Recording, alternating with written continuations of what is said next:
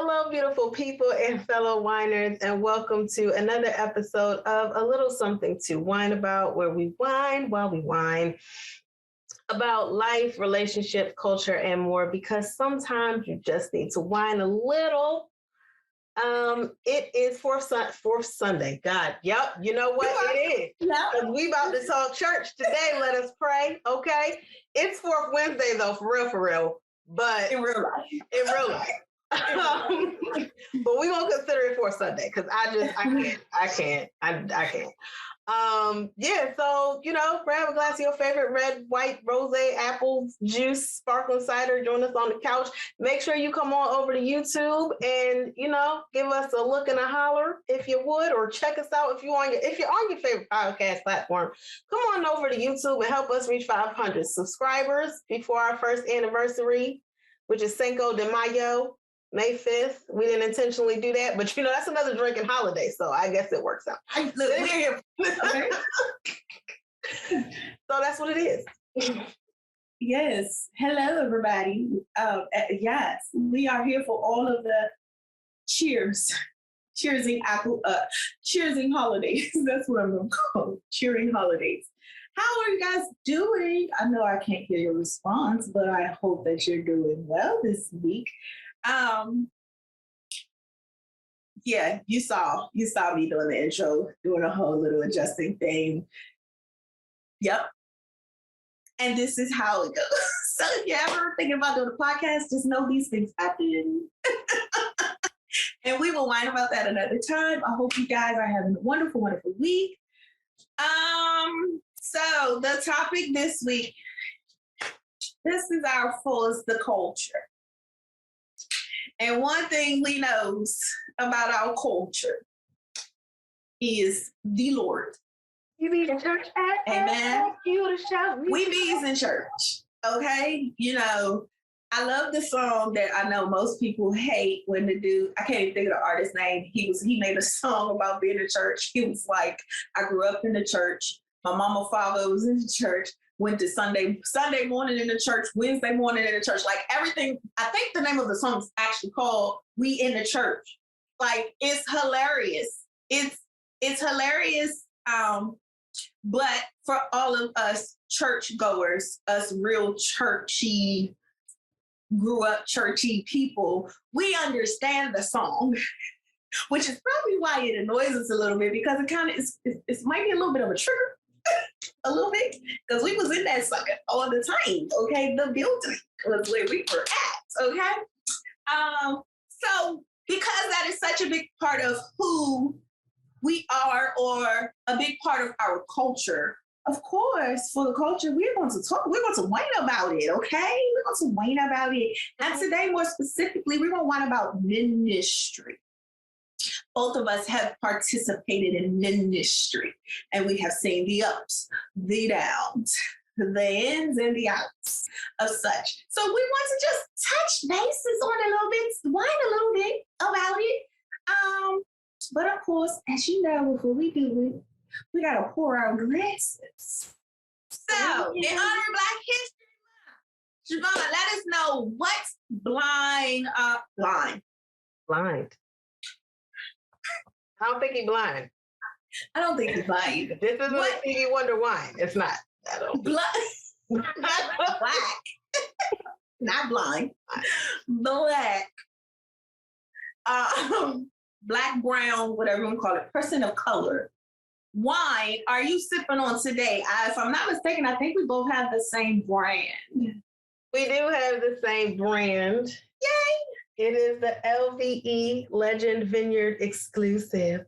Ooh. I have the French sparkling rosé. So, yeah. It's a Brut rosé. This brand is by John Legend. We ordinary people. Whose entire first album is about cheating.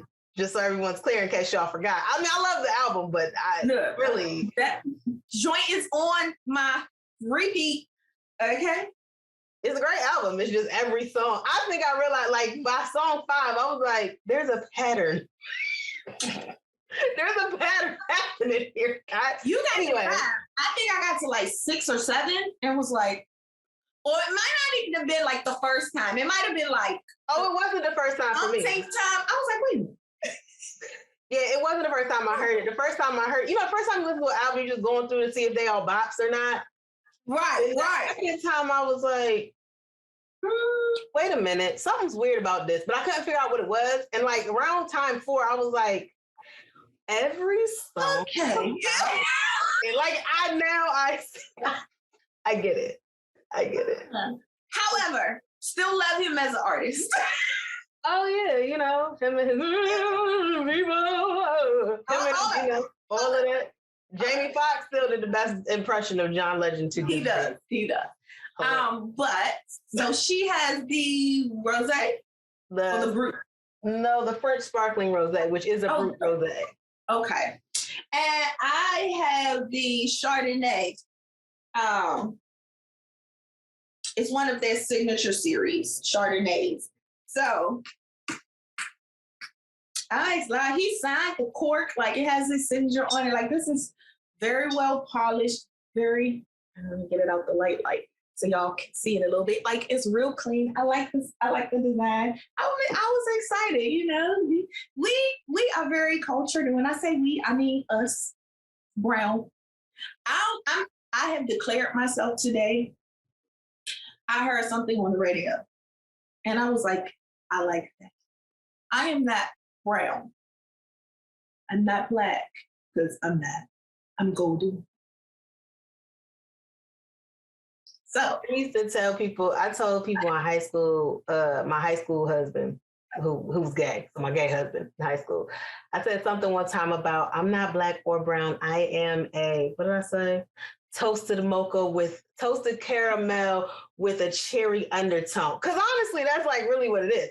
But it's funny to me, this is so an aside, but since you brought that up, it's funny to me how like black people are considered black, right? Well, most of us are not, we're brown, hence the whole brown sugar, the whole chocolate.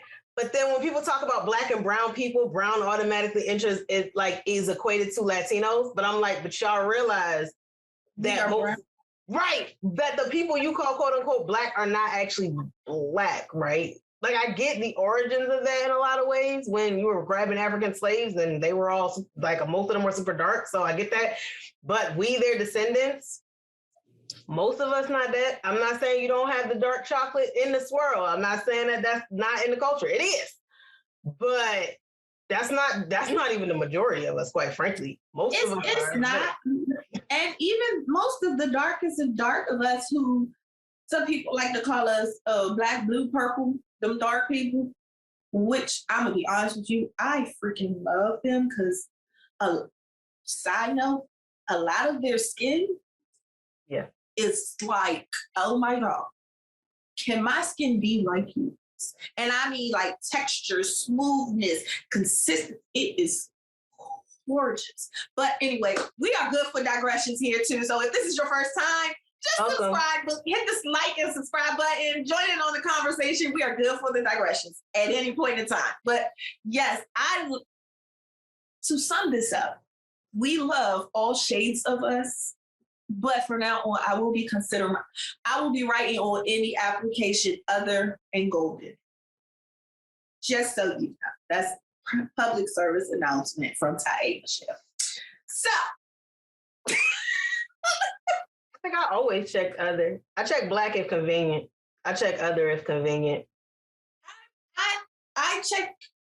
I would check black just to get over with. I really prefer not to answer because I feel like, honestly, you are doing that for statistic purposes and for statistic purposes, not even boxing me, but to say, oh, well, we have this percentage of black people that, so we must be, for the culture.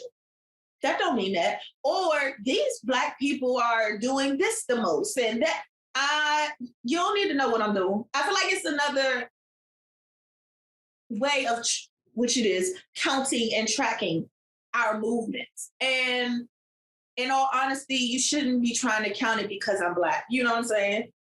Or trying to get brownie points or just try to put a number to whatever it is the point that you're trying to prove. I don't know if I'm articulating this correctly, but hopefully you get the drift. The gist of what I'm saying. Most of it to me is irrelevant. Like, unless you're talking medical, and that's just because Black people, depending, like, genetics and stuff becomes a thing. But if I'm applying for a job, why does it matter? Why does it matter? If I'm going to get a driver's license, I guess, but really, why does it matter? Like, half the time, and what kills me though is people always talk about how, so in a digression, we're going to get to church, but people always talk about how, oh my God, Black people so obsessed with race. Black people so obsessed with race. Black people not put in, we didn't create the census. We didn't create these job applications. We didn't create any of these applications that constantly ask you for it. If I'm applying for Target, why does it matter? If I'm applying for, like, why is it on every application? If I'm going to college, why does it matter? Like, why does it matter? We didn't come up with this. Let's be very clear.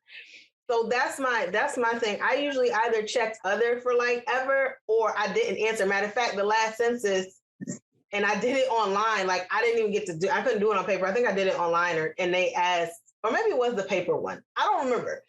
And I think they asked like race, and I wrote human and kept it pushing. Like, why does, if your whole thing about the census is body count, just strictly body count, so you know where to send tax dollars, what does it matter of the race, the skin color of those bodies? Why does that matter? Because of the whole equality. That's why I say it's a statistic thing. It's we want to be counted. I'm cool for wanting to be counted, but I feel like it's always an undertone. Oh yeah, especially with our country and its history, it's an undertone reason.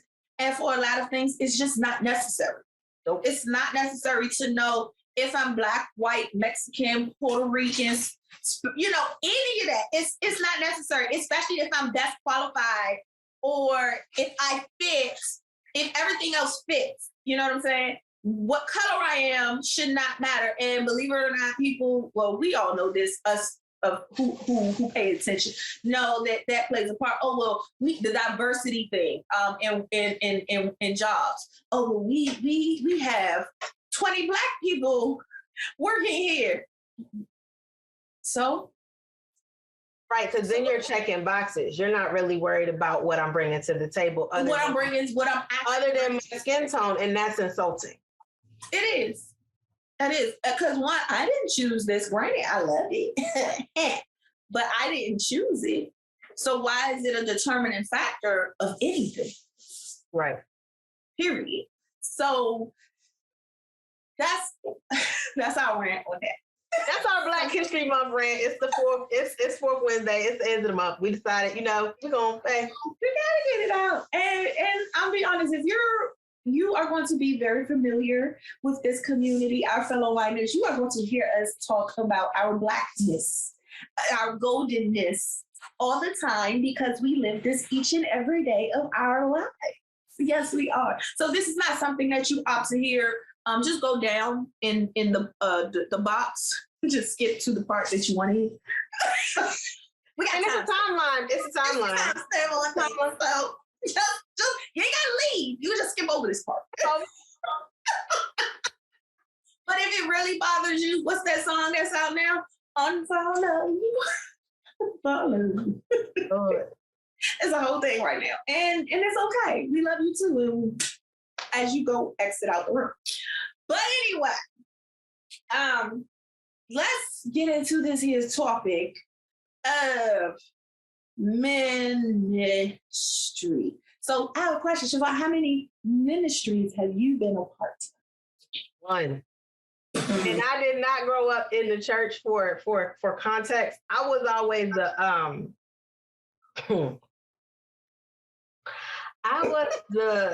don't know the Bible enough to say, like, I was like Peter and Paul, I guess. Like, I was here, but I was kind of not here.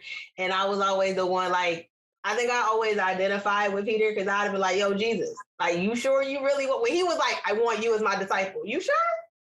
Because I'm going to call you on some stuff, bro. Like, you know what I mean? Like, you know I am, right? Like, I'm half in these streets.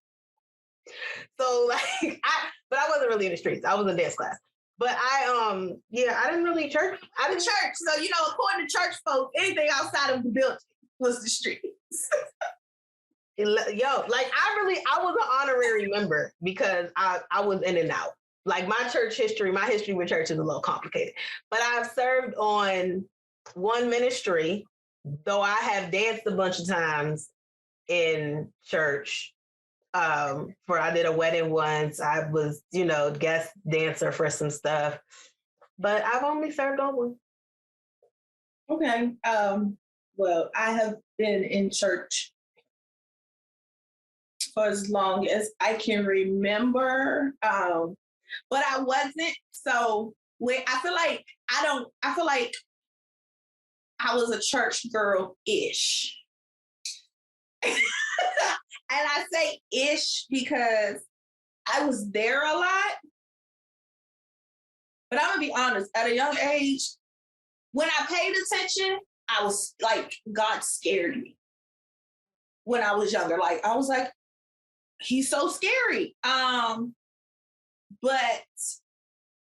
as I got older, I was like, oh, I get it. You like the parents scary. Like, when you little, your parent bigger than you, like, ooh, whoa, wait a minute. But as you get older, you start to understand more, you start to comprehend, you start to go through situations. So I feel like that's what happened with me. But that's why I say I'm church girl-ish, because where my mom made sure, one, we knew the Lord, and we had a foundation in church at a very, very young age. I can remember my mom looking for a church to attend regularly, and she didn't find one for a while. It was one that she went to, and I remember this church because I remember we used to walk to it.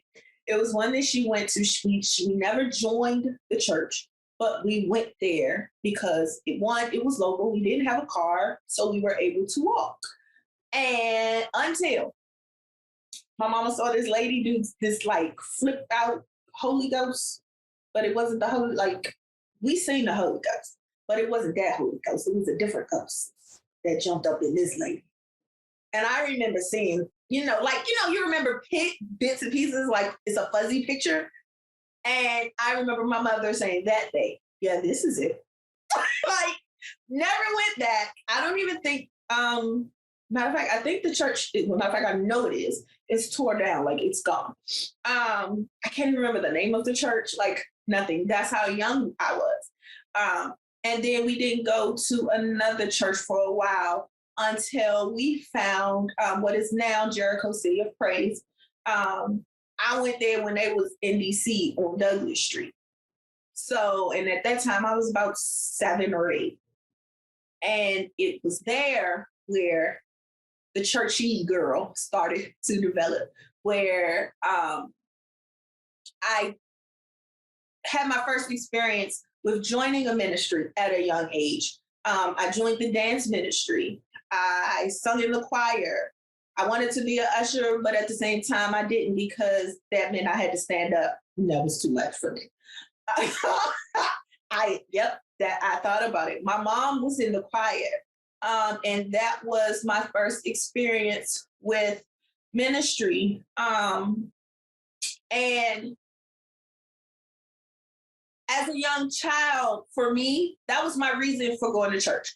I have to dance. I'm going to church. I like to dance. And my mom was always one to tell us any talent that we have, it was God-given. And the bare bone minimum you can do is give your gift as an offering back to God.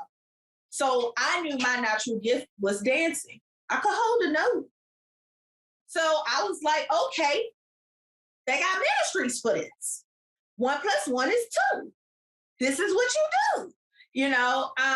Met some awesome people. And I just thought church was this wonderful, holy place. And although our church, it wasn't small. It was the first one, Douglas Street was a little small compared to what it is now. It was very small. But I was like, okay, so this is what it is. You're supposed to come in, and we went to Bible studies on Wednesdays. We were there. So I learned a lot but did I retain where I can spit it back at you right now? No, not as well as I should be able to. I'll say that. Absolutely not. I experienced church hurt dealing with ministry. And it was more at a young age. I was about 10 when that happened. And it was more so the people in the ministry. Story time. We were supposed to minister a song. I had been to every practice. And as a dancer, you got to go to every practice. Been to every practice, especially the last two, which are not some go to 10 mandatory in case there were any changes. I missed the very last practice. In that practice, the second to last practice, they changed so much. Now, me being who I am, I could catch up. That wasn't the issue. I knew this. When I went to the practice before we were supposed to minister, they told me, "Oh, you haven't been here, so you can't minister." And literally, I was like, I missed one practice, and I missed it because I had a doctor's appointment. And when I say tore my heart to pieces, and for me, that was a turning point for me because that was also around the time when I was getting ready to transition to another school. It was a lot of transitions going on. So, I'm puberty and things starting to be awake. So for me, I took that hit me hard. Like I'm not even accepted in ministry. Like, I practice. I would go to Bible study. I do like everything. And as an adult now, as someone who has been the lead or a lead in ministry, I can understand now what the reasoning behind it. But as a child, that tore me to pieces. So it's being in ministry is still part of life. It's those life lessons. It's those hard lessons. But it also taught me that it also was my first glimpse of ego in ministry. And when I say that, it's because I know for a fact that there were watching them minister that Sunday. I know for a fact that there were about 6 to 7 girls who had been to no practice, except for the last 2, who were able to minister. So, but it was, this is the lead person's daughter. This is the so-and-so elder, such and such and such and such niece. And, those type things, favoritism and things like that came into play. So that was, again, my first time seeing, these regular people that be out here in the street, they do the same thing in church. But it brought me to question, okay, well, it didn't feel right. So it brought me to question, well, what is ministry? Like, what is this what ministry is? Like, and it took me out. Like, I stopped dancing in church. I said, you know what? If I can put my all into this and it just be ripped from me like that, I want it. So I stopped singing in the choir. I stopped dancing. And I lost interest in ministry altogether. And for those who don't know, ministry is just simply an act of service, pretty much, under the umbrella of whatever your ministry is. So whatever it is that you're doing. So for me, it was dance. For some people, it's singing. For others, it may be serving in the kitchen. For some, it's missionary, where you actually are, out doing things in the community. So it's different ways to minister. to others and operate within the ministry. So for me, that was my first church hurt, my first church hurt, my first ministry hurt, my first like whole, what is this? Like, this is a lot. And it made me question, honestly, like, do I want to be involved in this to the point where I then thought I saw the showtime of some ministries. Then you get older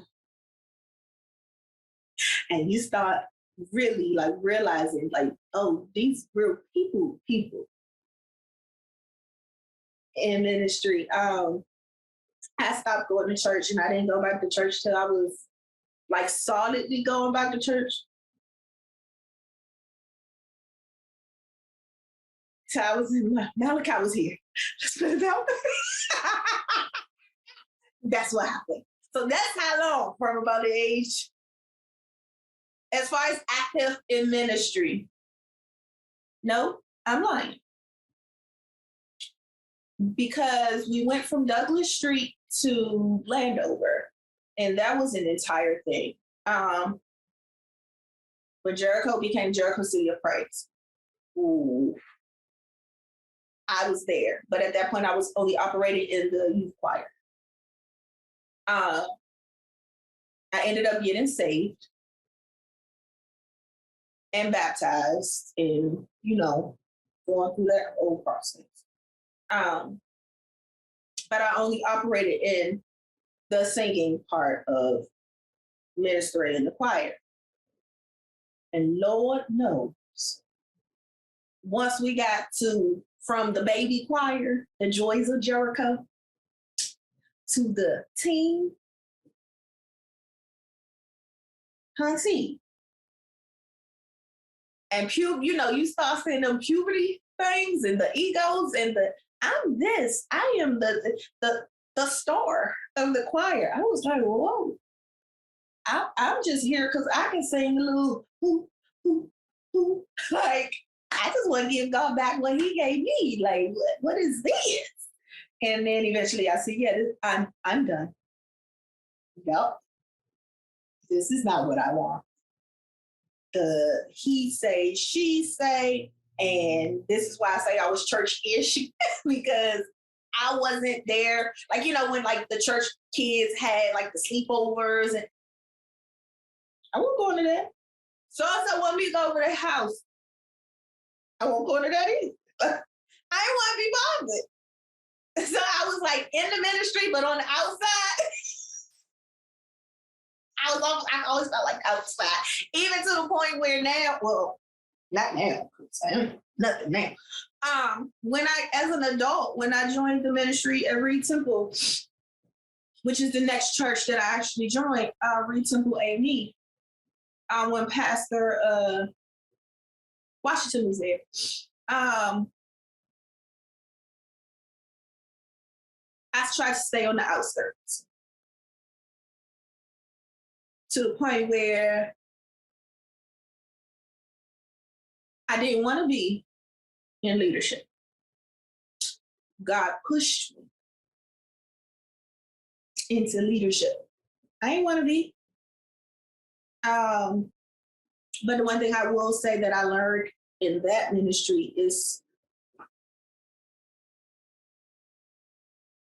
the one thing I can appreciate in that ministry, and I did learn it, was the way that they cultivated your natural gifts and your talent, and they pushed you to step out into what God has called you to be.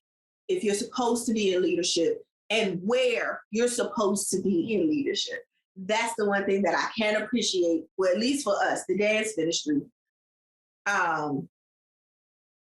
That did it for me. There, I learned a whole lot more. Also, I could remember a lot more because I was a lot more focused. What ministry truly is, and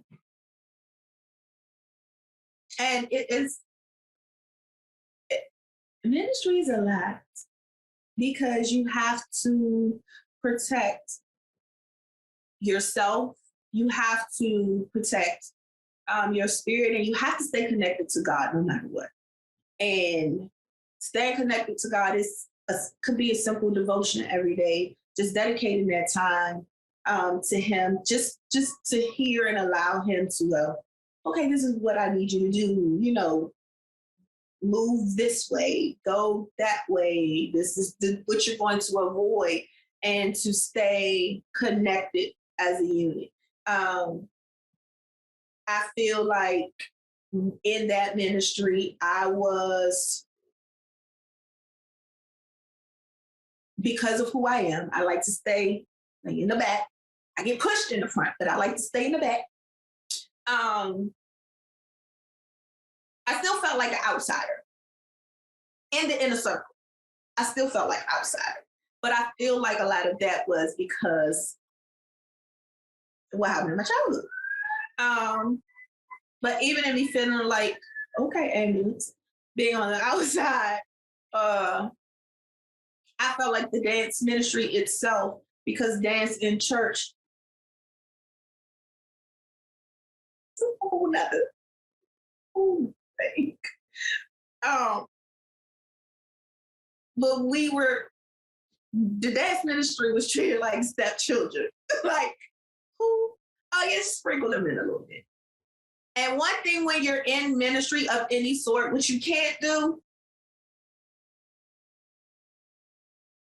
is sprinkle them in a little bit. I don't know about y'all, but what I know about God is He is not a sprinkle in a little bit thing.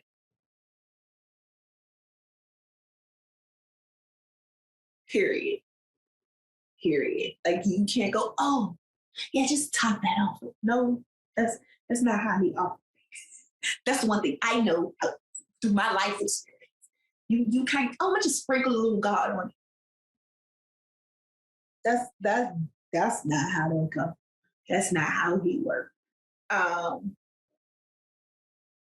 anyway, I don't want to capitalize on the subject. I could go on and on about daggone anything, because I just keep talking. But Siobhan, since let's get you involved. Jesus, you can cut me off. I can't. I've tried that in past episodes. It doesn't work. So I just sit silently on the sideline and let you finish. I can't. I've been shutting up sometimes. I think. Don't look like that. Don't. Literally tape everywhere. Like, would you like to? You literally supposed to look. Let me live in my statement. I ain't gonna say truth, but just But anyway, so what have your experiences been in dealing with ministry and people, especially us? So, well, first of all, let me say that my quick background in church is this. I went when I had to go, or when I didn't have another option. So my dad's side of the family is from Houston, Texas. Them Southern church people. So if I went down there, I was going to church, man. You was going to church. My grandfather was a deacon. You were going to church.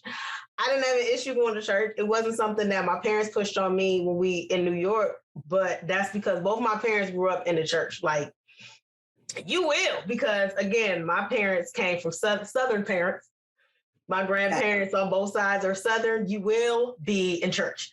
So they did not want to push that on me. They said it's up to you to make that decision on if you want to go to church or not. My parents weren't pushing that on me. I remember as a kid, actually, my dad telling me, when I retire, I'm going to become a Rasta.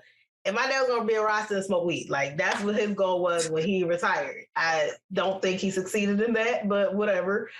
And my mother was always, whatever you want to do. She's come back to God. I will say that in her seniority these days. But when I was growing up, it wasn't pushed. So I went to church every time I went to Texas because that was going to happen.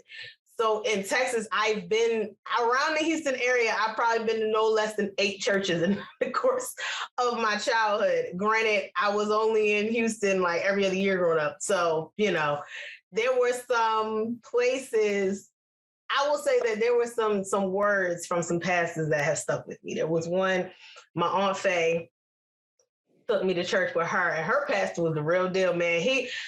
I was about 8 years old, I think, and he gave a sermon about leadership, since you mentioned ministry. It was funny because, and then I wound up in it. So it was truth. But he was like, Black people, we always got to title stuff.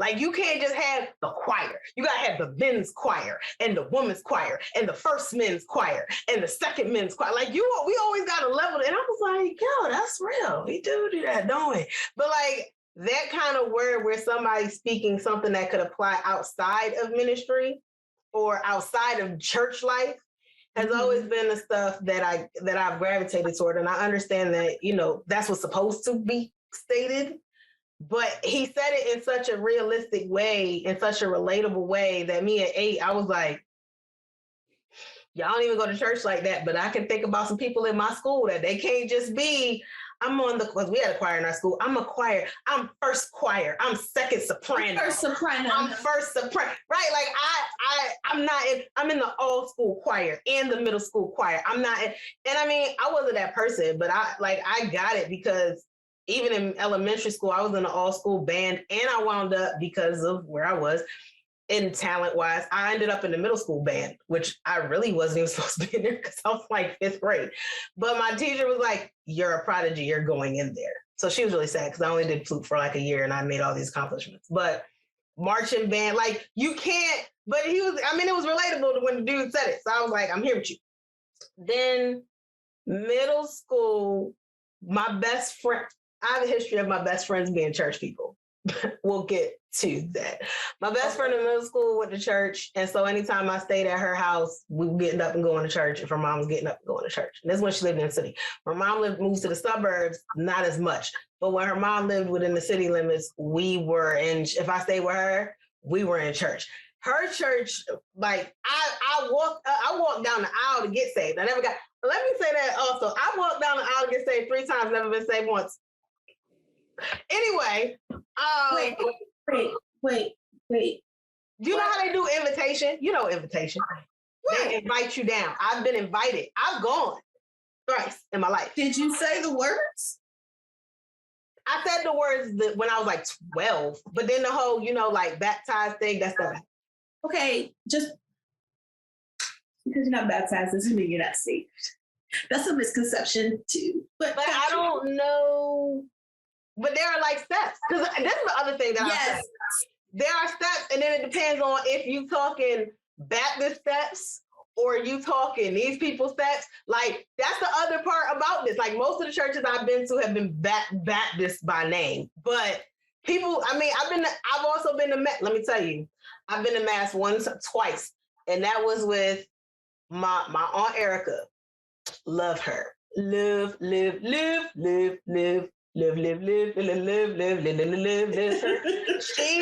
my favorite aunt, and the irony is she's my aunt by marriage, and she's still my favorite auntie.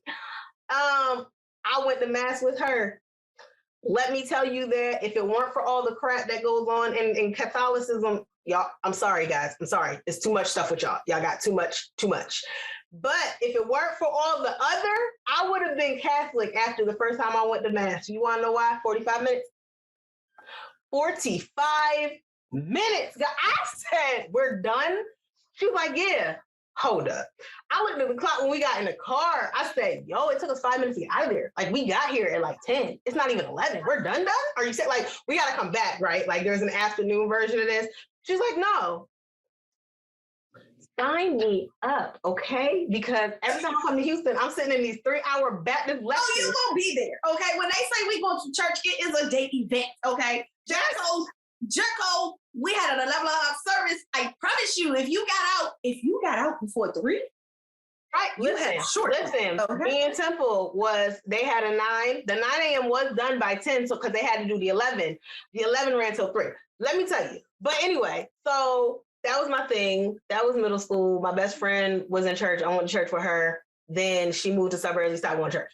Then high school, freshman year, when I got, there was an altercation between me and the director of the dance school I went to.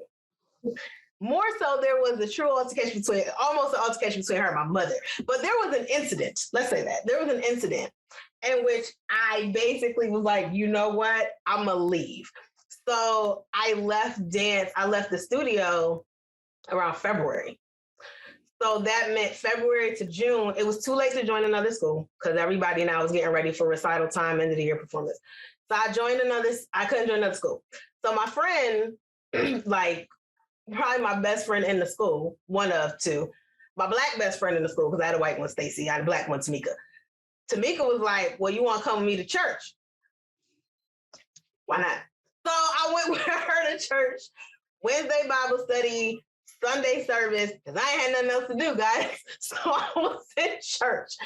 And you know, I wasn't really moved too much by the word. I was just kind of there for the social more than anything, because the church she went to, and I can't remember the name of it, is downtown. It's on the corner. It's across the street from the courthouse. Had a lot of kids in this ministry, because that's the other thing. Some churches have large children's population, and others are like, oh, it's nothing but senior saints in here. No. Where she was, it was a bunch of kids. Matter of fact, me and one of the kids wound up having like a little church fling romance situation. But I was like, oh, okay. So that's why you went to church. That wasn't why I initially went, but he was part of the reason I kind of stayed around. I'm not gonna lie. Right. Keep it going. Just keep it going. The ministry of love. Listen, God will put you where you're supposed to be, is what he said. You know what? See, so go ahead. So I went to church. So that was then, but I was there February to June. July, the summer, I just did me. I was like, you know what? I'm gonna just enjoy my summer. And then the next year I went back to dance. I wasn't really in church like that. I didn't go back until my current best friend is a PK. So again, God will not, let me tell you what I've learned about the Lord though. God won't let me go, okay? He won't. So here's the thing about that. So I didn't know she was a PK when I met her. It wouldn't have changed anything, but she was my best friend. When I came to visit her in Baltimore, she lived in Baltimore. We were in school in Philly at the time. And I think the first time I went to church with her was junior year, I want to say. I stayed with her. Was that right? No. No, I'm lying. The first time I went to church with her was senior year, January. A lot changed my life going to church with her. January of 2009, and I'm gonna just leave that there. But a lot changed January of 2009. The first time I stepped in the church. Listen. Okay, I got stories, guys, but I'm not gonna tell them. I'm not. You can't make me know. Shame. I had to think about the first time I slept in Union Temple, and now I remember the first time I slept in Union Temple. Man. And so because my best friend was a PK, and I would come see her pretty much January, all the rest. And then over the years, Union Temple became like basically my church home for real. Like, to the point where when, by de facto, like, did I sign up? No. Was I ever a member with a member number? Absolutely not. But it became my church home, and that's where I went. I knew everybody. It's not a huge church. I knew everybody. And that's fine, because I'm gonna be honest with you, 90% of people let's do this, 80% of people that go to church, that claims up to be a member of something, they don't have no member number. I can guarantee you that. Yeah, I didn't have that. And I had people, the reason I kept going was because I felt the warmth of people who were actually on ministry. I had a deaconess whom I still love to this day, Deaconess Petty. She is awesome. And I love the fact that her name is Miss Petty, because it's awesome. But every time I would see her, she would literally be like, Mac, because everybody knows me as Mac. Mac, are you going to join? Mac, when are you joining? Mac. So everybody in there was awesome. That let me change, because everybody in nowhere is awesome. 90% of the people in there were awesome or were silent. So you had like the 10% of the people who, you know, got to be extra, like you say, those egos or whatever. Just everybody in church ain't saved, even if they say they saved. Question. No, they saved. They just don't be doing right. So I would just be honest. They just still people. Some people still got a demonic spirit and you claim to be saved, so I'm going to question your faith. God ain't finished with them yet. They not delivered. They saved. They just not delivered. Oh, well. Anywho, but that was my experience with that. And with Union Temple is actually when I joined ministry, because so again, my best friend is a PK. When her father passed, his son her brother took over the church. And when I moved to Baltimore in 2012, that was what I was like most Sundays. If I was just still in Baltimore and I wasn't down in, DC with y'all, I went to church on Sunday so that I was in there. What ended up happening was they had a media ministry director, and that was a dramatic shift and change. And I basically, for 2 years, even though they were the director of media ministry, nobody really wanted to deal with it. The church was divided. Half would deal with her, the other half would not, because she was a treacherous, horrible person. So the half that would not, the half that would not came to me, and they were like, "Oh, Mac, can you do this? You do media, don't you?" And I'm like, I dabble in graphic design. Like, I always had a side hustle. I always like doing stuff. And they were like, "Well, can you show?" And because I was making flyers for my best friend, because she was not dealing with the director of media ministry. So when people started seeing that, they were like, "Well, how much?" Whatever. So honestly, church became my business. Like, I was charging $20 an e-flyer.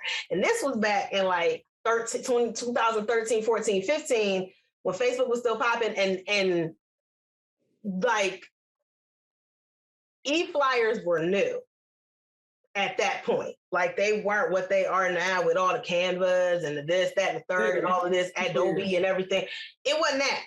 But I had especially for a comparison, had good quality and a good designer eye. So I wound up taking that. And then when she left, got kicked out, I don't know, I wound up taking over the ministry, and I did that for 4 years. And I wound up just walking in as the director of media ministry, and everybody was like, "Great, because you do it anyway." So it kind of messed up my hustle, because now I can't charge you $20 to make your flyers, because I'm the director of media ministry. So you can't minister and charge people. You know what I'm saying? Like, they do it. I'm not going to be that person. So I had to give up my side hustle for the Lord. And I was like, well, I guess there's worse reasons to give up my side hustle than for the Lord. So I did that. And then I left to go back to school, basically. And I found myself once again back being summoned, Jesus. I found myself being summoned back into ministry again now that the pastor left and has started his own Relaunch Nation. And now he has asked me to, I'm not being media director, but I am a consultant in helping him transition and build his media ministry, since I was there to build the one of his previous his previous church. So that's been my experience in church and ministry. It's kind of messy. It's kind of all over the place. I was out of, let me say that I was out of church one time, and I had to shout out my Aunt D, my Aunt Dolores, because if ain't nobody else going to heaven, this woman is going to heaven. Let me tell you why. Another reason I went back to church is because, so 2012, 13, and I want to say 14, every time we would go to church, after church, we would go to her house. We go to First Lady's house, right? Cool. First Lady is like, again, my best friend is my best friend. Her family, I've been around them so long that we're family. Her mother is my aunt. Her aunt is my aunt. Her grandma is my hey Nana. Her Nana's my Nana. Her Aunt Shirley is my Aunt Shirley. Like, it's just that. So I went to my Aunt Dee's house. They had all gone to church. I hadn't been to church in probably 3 months, but I was still there I was at the house when they got out, because I was ready to eat. I just got my own place. So this was 13. This was like 14. I have my own place now. I'm paying rent. I don't really have money to eat like that. Okay. But I know that she cooks for an army. So if I go over there on Sunday, I'm gonna walk out with a plate. Like, I'm good for the next two days. Right. This woman, I sat at the table and I don't think I've been to church in like a month, so maybe like 4 Sundays. When I tell you I sit down and in front of everybody, she said, "Oh, Mac, haven't seen you in church in a while." I was like, so what you're saying is, don't you love church mamas? Don't you sit at my table if you haven't walked through the door of the Lord. Okay. Like, it was one of those moments where I was like, wow. Like the way she said it, and you have to understand, my Aunt D is like the softest spoken, chillest person. The way she said it was so motherly and so nice. "Oh, Meg, we haven't seen you in church in a while." And she's putting food on the table and looking me in my face like, "That's interesting that you're here, but you can't get there." And I was like, message received. Right. Conviction. I'll be in church next day. I got it. No, trust me. I mean, and it's good to have some of those people to keep us grounded. And because so in ministry, it's funny because I have always been a person who appreciates mentorship. And I found out later in life that was ministry. Because people would constantly pour into me. And I feed off of people pouring into me, not in an egotistical way, but in a way that I feel like I'm gaining wisdom and I'm able to pour into others. So, and that's, again, learning what ministry is and the trickle down effect and things like that. Every time I join a ministry, for some reason, I find, or someone gravitates to me, most of the time, it's a mutual thing. Gravitate to someone. A lot of times she's older. And I have to give a shout out to Monita. That's what I call her. She's not my mama, but if my mama want my mama, she would be my mama. Like my mother figure as far as in ministry. And because she loved me unconditionally, she checked me. Regardless, we have gotten into it, and she's hugged me right after. She is true. What a mother would do to their child, she did for me in ministry. To the point where now, even now, with us not being in the ministry that we were in, and us kind of all of us going our separate ways, she sent me a message yesterday. And I just cracked up laughing because it was just like, that's the one thing I will say, not being in ministry, I do miss that fellowship, that connection, because they ultimately, while operating in a ministry, what a ministry is supposed to do, it is that connection keeps you grounded, it keeps you solid. It's a constant reminder of what you're supposed to be, of purpose. So that I do fill a void in, one, because I know I'm supposed to be ministering in some capacity outside of my everyday, day-to-day life. And not saying that ministry is just strictly when you're doing whatever that is under that ministry umbrella, you minister every day, but it's a difference. So that is something that I definitely miss. But yes, we all had that mama that you be like, whew. I mean, ministry is really supposed to be, like you say, giving it back to God. So if you, and I think that gets lost with some people when their egos get involved. A lot. But that's really the purpose of ministry, is to feed back into, to pour into other people and to pour into, and to give back to the Lord while pouring into other people. And I think I never really, when I left ministry, I didn't really miss it, because I think I spend most of my time feeding into other people, like in other ways that I don't feel like I had that void. And there's stuff about, depending on where you are, ministry, where it can be everybody's favorite word, toxic. But that it really truly can be that. Like, absolutely. Not to the overstatement of what people have decided toxic means, which is just somebody hurt my feelings. No. Like, truly, and worse to the point, because you're talking about spirituality in that and souls in that. Like, that thing can be a problem when you have somebody questioning themselves in church and questioning their ministry or questioning what the Lord put in them. That is truly toxic because it is harmful. It is harmful, not inconvenient. It's a delicate thing. It's harmful. But ministry is really just it should be that. It should be service to your fellow man for the purpose of God or through God in a lot of ways. Yeah, I completely agree. I think a lot of times when you get involved in ministries, a lot of people will get hung up on titles where I am the head of the ministry. I am, like you said, the lead. I am first soprano. I am, praise team leader. I'm a part of the praise team, which is associated with, like, the choir is the background.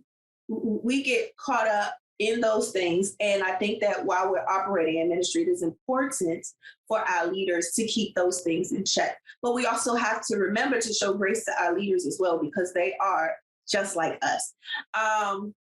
They're human.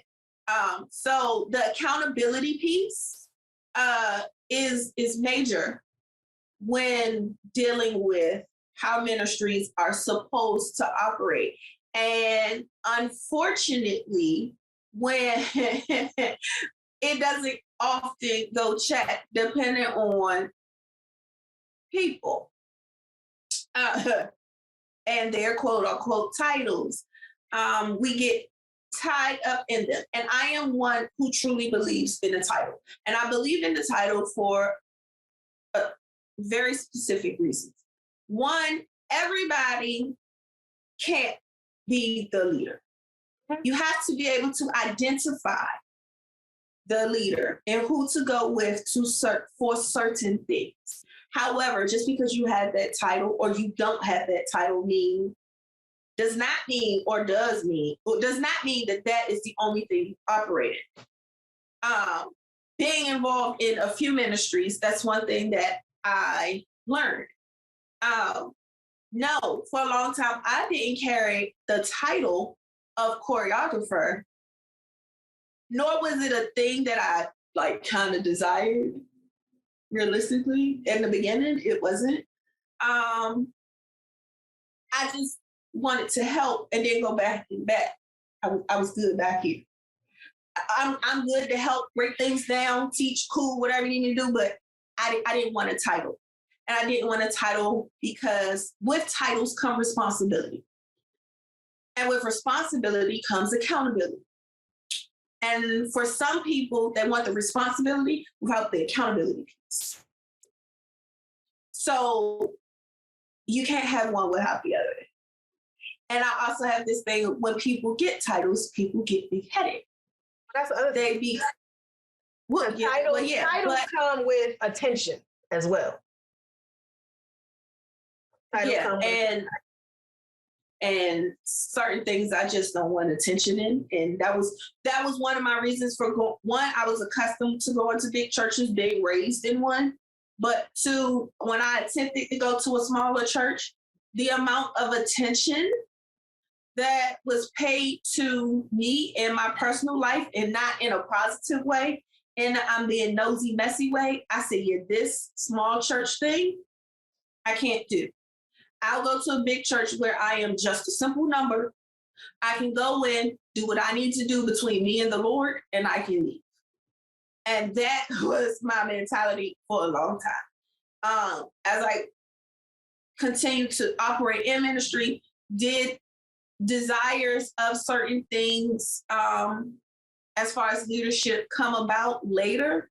Yes. And even in that, it was disappointment. Because I didn't get it. Whole nother story. Another piece of church hurt, but I didn't let that stop what I was doing. And with me not letting that stop what I was doing, even so, it was years later when it got to the point where I got back to the mentality of, oh, I would help over here, but I don't want to lead it. There's some other things happened, and I was like, look, I can't. I felt convicted for knowing that I had the skills and the tools and the ability to do X, Y, and Z, and to not do it. To me, I felt the conviction of God saying that you know better.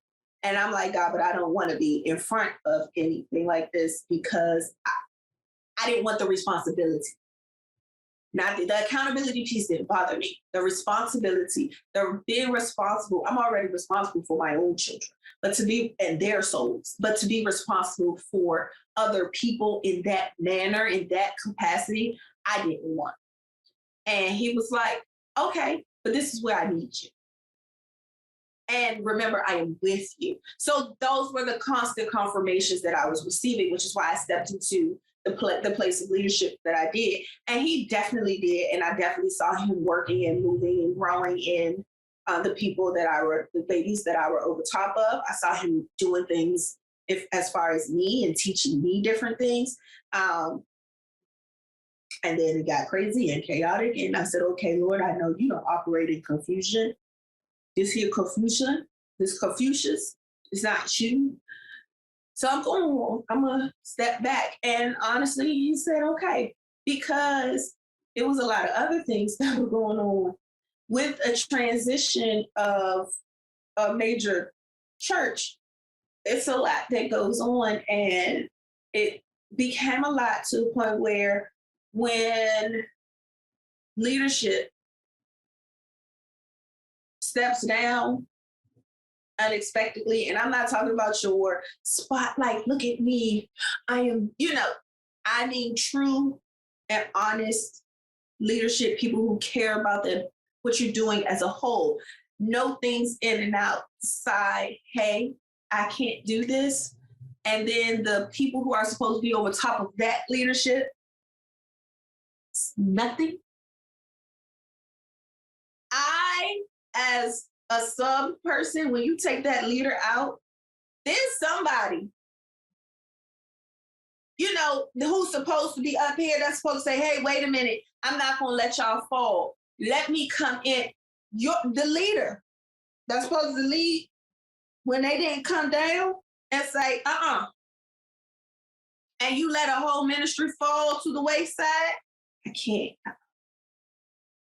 I was like, God, now,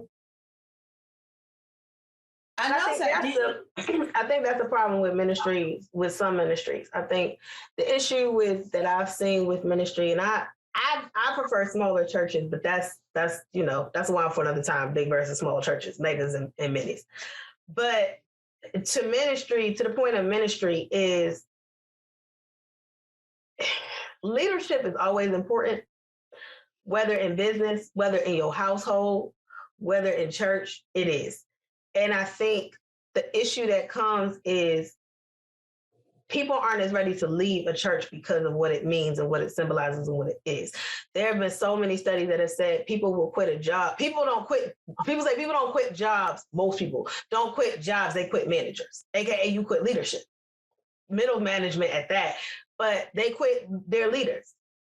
It's harder to do that when it's not just a paycheck on the line. Right. Because most people in ministry, especially depending on the size of the church and depending on what ministry you're in, aren't getting paid. If at all. So you're not here for the paycheck. So because your conviction is higher, because you're being convicted from a higher place, a higher plane, a deeper level, it's not as simple as just, I'm gonna leave, which is why I think when so many people who haven't served in ministry, whether they are church members or not, are like, well, if he was doing that, that's pastor, or, the media ministry director or the director of praise team or whatever director is getting on your nerves, girl, just leave. It's not It's not. It's not that simple, because you're looking at it from, oh, your boss is on your nerves, go leave. Because it's easier to find, let's say you're a sous chef and the main chef is getting on your nerves. It's easier to find a job as a sous chef because you can go to these restaurants, you can go to this, and why you're willing to take that hit financially, because you know you were there. Even if you like the environment, if the environment's changed, then you're really only there for the paycheck. If you were invested in a church and you weren't getting paid, then your investment was deeper than money. So to just be like, yo, I'm out. No, because you were invested in the people. You were invested in the environment. You were invested in the experience. You were invested in so much more than just catching a check at the end of your shift. That's not what it was about. Or so being in front of people. It's not the show. It's so much more than that. And you are absolutely right, because my husband is not that person. So he was caught. Well, just leave, baby. It's not that simple. Not that simple. It's not that simple. And I think that sometimes that's something that happens in ministry. People know that and they play on it. Yep.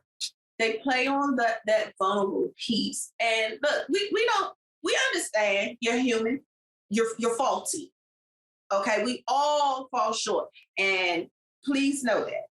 But you have some people in those quote unquote higher positions or with those titles operating in ministry, and it will tear the ministry apart. I think people need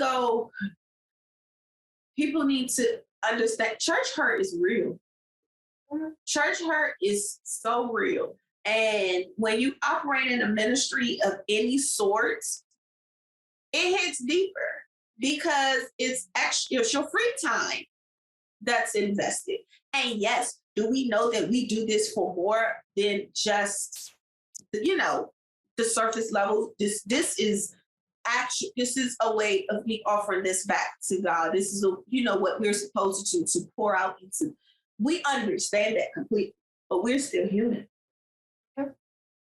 So when you hurt us on that level, that hurt has to be addressed. It's not just, get over it. And it has to be addressed properly. And what you can't do is pretend to address it and then things revert back to the exact same. You can't do that. Because now you're not doing anything but taking that wound and ripping just ripping that scab right up off of it. So you're hurting, re-hurting. And you have to be very, very, very aware. And ministry is a touchy situation, just like anything else. You have to be very aware of what you're doing. You have to be very intentional. You have to understand the purpose. Yes, you have to understand the purpose and understand the importance of ministry, because ministry is extremely important. So if anybody's listening to this, or for those who are listening to this, please understand we are not down. I'm not trying to down ministry. I'm not trying to downplay it. I will always encourage anyone that if you want to get involved in ministry, do it. It is, even though you're dealing with people, and people are people, it's more of a inner joy that you will experience to be, when done properly, poured into, encouraged, so much to the point where you want to pour out unto others and see others succeed and see others pour out and keep going. It's so fulfilling. It really is. That fuzzy feeling that you get when you watch Christmas movies, you can have that all year round operating in the ministry if you're doing it from a genuine, true place and keeping your purpose, the purpose of ministry first. And yes, ministry is work. It is. And if you're going to be a part, my last point, if you're going to be a part of a ministry, no matter how big or how small, Assist your leaders. Trust me, they need your help. I don't care if it's carrying a bag. Hey, let me go and get this. Oh, I got here 5 minutes early. Do you need me to grab bottles of water? Help your leaders out. Every little bit is appreciated. Truly it is. And that's all I got. I know for culture, us Black people, we get in ministry and some people go cuckoo, but it's a joyful experience. I miss it. I miss it dearly. But I just have to wait to find the right where I'm supposed to be right now. And that's truly going to depend on what the Lord my God, tells me and directs the path that He wants me to take before I jump in something else. That's just me. And any last words from you, Madame? If you're gonna do ministry, keep God first. If you are a leader, keep God first. If you are a pastor, keep God first. You're not gonna avoid the demons and devils in the church. Everybody, the church doors are open to all. Please know that. Please understand that the devil speaks all languages and knows the Bible just as well as God does. So all of that exists. But for anybody, if you really truly keep God first and you keep people first, then I think a lot of the problems that you have in ministry and in church in general would not exist, or in the world in general, quite frankly. But that's why for another time. Okay, ladies and gentlemen, and on that note, we will say cheers to that. So now that our wine glasses are empty, Siobhan, how was your LVE by John Legend? Your Brut sparkling rosé? Yeah, so this LVE Brut Rosé French sparkling wine. I'm not moved. I've never had a sparkling rosé. Like most of mine are, I do Prosecco, or I do a champagne, or I do that. That's pretty much where I go. Or I did a Lambrusco once the business. But this didn't move me. And I don't know if I should have gotten the flat instead of the sparkling. I wanted the bubbles. So the bubbles were there, but I don't,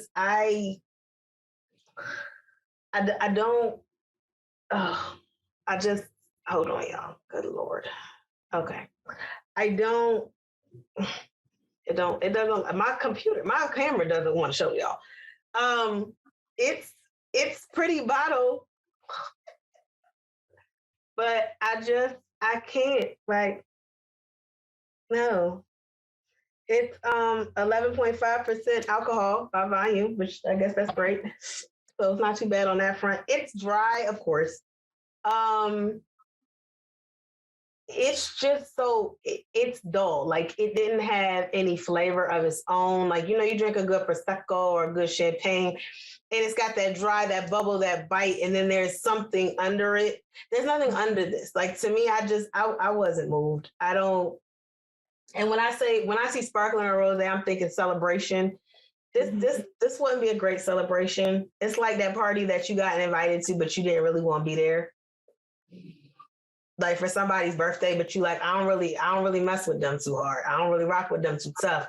But I'm gonna go because they friends with my friend, or I'm gonna go because they did something for me this one time, so I feel like I should. Like, it's an obligation. Out of obligation. This is an obligatory rosé. So like, if you're invited to somebody's like function and you feel like you should get them something, but you don't really rock with them too tough, it's kind of like, this probably would be great for a wine tail. It's like, yo, I'm gonna bring you this. You gonna have to put your own stuff on it. Like, this is bare minimum of what I can do for you, because I'm not invested. That's me personally. I'm gonna give this a 2. No. This is the ordinary people of wine. It's just ordinary people. Is that of wine. I really I'm sorry. I didn't like it too much. No. Wow. Okay, ordinary people. My Chardonnay LVE. What does this say on the back? I just had certain general warnings. It didn't have anything on the back. Oh, yeah. Yeah, you're right, it doesn't. For a Chardonnay, to me, this was sweet. This was not stiff. Last week we both had the brown. House of Brown. Chardonnay. Yes, and that was drier. It had the stiffness of a Chardonnay. This to me,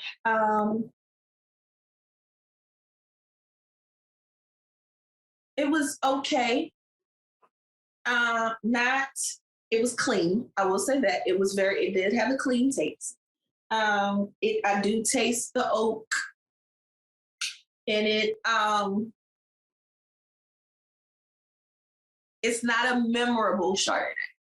This would be, I need something. Let me just grab a Chardonnay. Out of, like, if I had it in my China cabinet, let me just grab this Chardonnay. This is my favorite Chardonnay. Yeah, they gonna love it. It's not that. It's, let me just grab this. I need a wine.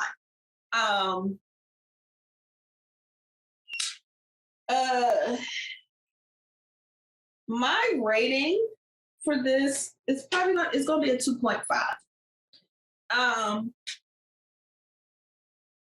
It was okay. I didn't really have any like high expectations because I try not to have them just in general, so I'm not let down. Defense mechanism. But yeah, I love the packaging. Yeah, the bottle's clean. But yeah, even with that, like you said, this would be like a good, okay, bring a bottle of wine. I don't know what you like. Here's a Chardonnay. But even with that, like the branding is really plain, actually. Like it's the white with the thing. And I feel like that's the shot. That's what I'm getting here. Like it's pretty, but it's just. I don't really need it to be a whole lot. Like we've had some very like nice bottles with some very clean labels that was like, still intriguing. I think this is clean and it's elegant. I can appreciate it. And again, that's what this is. I can appreciate a Chardonnay wine. I appreciate it. Is it a favorite? No, but I can appreciate this. Personally, I would have liked I feel like this is more of a medium body. I think I personally prefer a medium to heavy Chardonnay. So if you like something that's a more medium, not really light, but kind of Chardonnay, I think this is cool. This will be a good one for you. I would recommend this with like chicken. Like a nice little chicken dish, like you had like chicken and a vegetable. You just wanted a little glass of wine, nothing fancy. I think this is my nothing fancy, but it'll work one. But that's what I meant when I brought up the label, though. Like to me, the label is the LV. Like the words are nice and grab your attention, but the packaging itself is very simple. It's very plain, and to me, the rosé at least reflects the bottle that it's in. The bottle's pretty. The bottle's nicely shaped, but the look of it is very much what you get in the bottle. Like it's got a little something nice, but overall it's just. Yeah, and that's so I think this would be like a nice gift. You don't really know if somebody likes Chardonnay or not, and this is kind of in that light to medium, in my opinion. I could definitely be wrong. I'm not an expert. Light to medium family. So a 2.5 is good because preferably for me with my Chardonnays, I do like them to be full body. After, like I might need some water dry. as far as my Chardonnay. And this did not do that. So if you don't like that taste, this might actually be really good for you. And that's going to be my review for the LVE Chardonnay 2021. Overall, John Legend, good job. Keep it up. I actually saw another one that I actually want to try.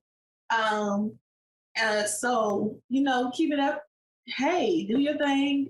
We support you. And that's going to be our review, ladies and gentlemen. And on that wonderful note, we would like to thank you for joining us on this wonderful episode of A Little Something to Wine About with your hosts, Ty and Michelle. Siobhan, come here. And be sure you share, like, and subscribe. Hit that subscribe button below. Comment below as well. Join the conversation. Have you tried LVE?